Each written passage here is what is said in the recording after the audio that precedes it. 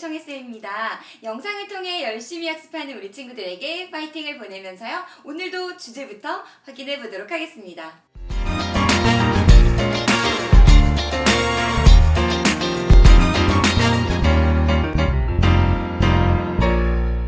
자, 우리 친구들과 선생님은 계속해서 이 생명 시스템에 대한 얘기를 함께 하고 있습니다. 오늘은 우리 친구들과 어떤 얘기를 해보려고 하냐면 바로 생물을 구성하고 있는 단계에 대한 얘기부터 시작을 해보려고 해요.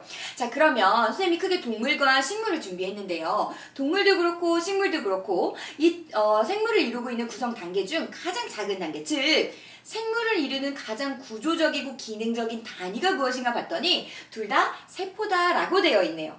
자, 그리고 살펴봤더니 이 세포들이요, 구조도 그렇고요, 모양도 기능도 유사한 세포들의 모임이 존재하더라는 거죠. 우리는 그것을 조직입니다 라고 이해하시면 되겠습니다. 그래서 동물도 식물도 세포가 모여서 조직이 되는 것은 맞아요. 자, 근데 여기서부터 조금 차이점이 나는데요. 식물 같은 경우에는 이 조직이 모여서 조직계를 이루게 돼요. 그러나 이 조직계가 동물에서는 나타나지 않습니다 라고 반드시 차이점을 두고 이해를 해주면 되겠습니다. 자, 그러면 이런 비슷한 조직들이 모여서 이제 일정한 고유한 형태를 지니면서 특정한 기능을 수행하게 되면 우리는 그것을 기관입니다 라고 얘기하는데요. 그래서 동물 같은 경우에는 조직이 모여서 기관이, 식물 같은 경우에는 조직계가 모여서 기관이 됩니다 라고 이해하시면 되겠습니다.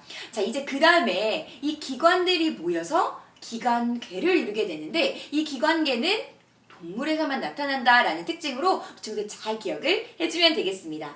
자, 그러면 동물 같은 경우에는 기관계가 모여서, 식물 같은 경우에는 기관이 모여서 드디어 하나의 독립적인 개체를 구성하게 된다라고 이해하시면 되겠습니다. 그래서 중요한 것은 동물 같은 경우에는 어떻게 돼요? 세포가 모여서 조직, 조직이 모여서 조직계가 없고 바로 기관, 그리고 기관이 모여서 기관계, 그리고 개체를 이루게 된다라는 특징을 기억하시면 되고, 식물 같은 경우에는 세포가 모여서 조직, 그리고 조직이 모여서 조직계라는 것을 이루게 된 다음에 바로 기관, 그 다음에 개체라는 단계, 바로 이 구성 단계를 가지고 있다라고 이해하시면 되겠습니다. 자, 그러면 오늘은 우리가 무엇에 조금 더 집중해서 살펴볼 거냐면 동물도 그렇고 식물도 그렇고 이 생물을 구성하고 있는 가장 구조적이고 기능적인 단위는 세포입니다 라는 것을 알 수가 있는 거예요. 자, 그러면 동물을 이루고 있는 세포, 그리고 식물을 이루고 있는 세포는 어떻게 다른지, 또 공통점은 무엇인지 같이 한번 살펴보도록 하겠습니다. 자, 먼저 세포예요. 그럼 세포의 정확한 정의부터 한번 시작을 해볼 건데요. 세포의 정의를 우리 친구들 한번 보시면 생명 시스템을 구성하는 구조적, 기능적 단위다 라고 되어 있어요. 아, 생물, 동물 혹은 식물, 또 여러 생물들이 있지만요. 그런 생물들을 이루고 있는 가장 작은 단위가 바로 세포구나 라고 이해하시면 되겠습니다. 자, 그러면 우리는 크게 동물과 식물로 나눠보고 있으니까 동물을 이루고 있는 세포, 또 식물을 구성하고 있는 세포를 어떤 것들은 같고 어떤 것은 또 다른 점인지 한번 공통점과 차이점을 나눠서 살펴보려고 합니다.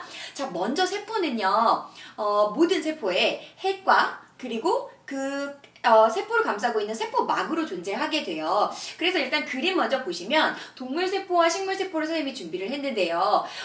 그림만 봐도 조금 뭔가 달라 보이죠.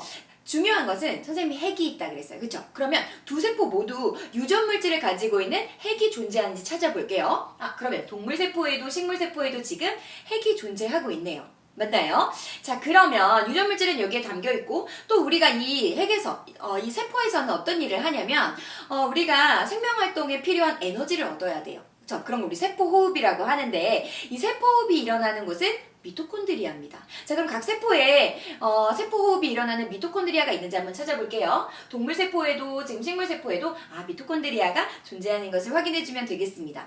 자, 그러면 이제 이 세포에서 우리가 어디에 좀 더 집중할 거냐면 단백질을 만드는 과정에 조금 더 집중할 거예요. 자, 그럼 우리가 단백질이 어디에서 만들어진다고 했어요?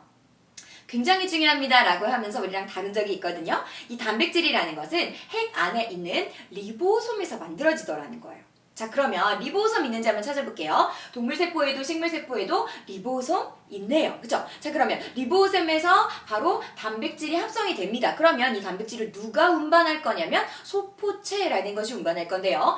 세포 소기관 중에 소포체가 있는지 한번 살펴보면 동물세포에도 식물세포에도 지금 소포체라는 걸 확인할 수가 있죠. 자, 이렇게 운반된 단백질이 변형 후에 분비가 일어나는 곳은 우리 골지체다라고 보시면 되는데 골지체의 위치도 한번 같이 확인을 해주시면 되겠습니다. 지금 동물세포에도 식물세포에도 골지체가 있는 것을 확인해 주시면 되겠죠. 되셨나요? 자, 그러면 또 어떤 것들이 있는지 한번 살펴볼게요. 먼저 세포 안을 채우고 있는 물질을 우리는 세포질이라고 하는데요. 지금 세포질이 있는 모습, 또 세포는 세포막으로 쌓여져 있다고 했어요. 우리가 다음 시간에 이 세포막의 구조도 한번 자세히 살펴볼 거거든요. 일단 세포막이 감싸고 있는 모습, 여기까지는 동물세포도 식물세포도 모두 가지고 있는 소기관이다라고 보시면 되는데 지금부터는 식물세포에서만 관찰할 수 있는 것도 있대요. 한번 보시면 식물세포 보시면 우리가 중학교 때도 공부했어요. 식물 같은 경우에 동물은 먹이를 먹어서 우리가 영양분을 섭취하지만 식물 같은 경우에는 맞아요. 광합성 과정을 통해서 스스로 양분을 만들어냈단 말이에요. 근데 이 광합성이 어디서 일어났냐면 엽록체에서 일어났단 말이에요. 그럼 식물세포 안에 엽록체 있어야겠죠? 있는지 한번 확인할게요. 네, 엽록체라는 거 보이시죠? 또 어떤 거 확인하실 거냐면 식물 같은 경우에는 동물은 그냥 세포막으로만 둘러싸여 있는데 이 식물은요 아주 단단한 세포 벽이라는 것이 존재해요. 그래서 지금 보니까 정말 단단한 세포벽이 보이네요. 이걸 식물세포에서만 관찰할 수 있다라고 보시면 됩니다. 또 한 가지 볼 건데 에포라는 것도 확인해 주시면 되겠습니다. 자, 그럼 우리가 집중해서 정리할 건 뭐냐면 단백질이 만들어지는 그 과정을 볼 거예요. 그래서 그 순서를 한번 보시면 일단 단백질을 합성하려면 유전 정보 있어야 돼요. 어디에 있어요? 맞아요. 지금 핵에 있는 거예요. 핵 안에 있는 유전 정보가 단백질이 합성되는 소기관도 기억하셔야 되는데 너무너무 중요합니다. 리보솜이에요. 리보솜에서 단백질의 합성이 일어나게 되고 그럼 이 단백질을 운반해야겠죠? 소포체에서 운반하게 되고 변형 후 분리하는 것은 바로 골지체가 된다라는 이 과정을 잘 기억을 해주면 되겠습니다.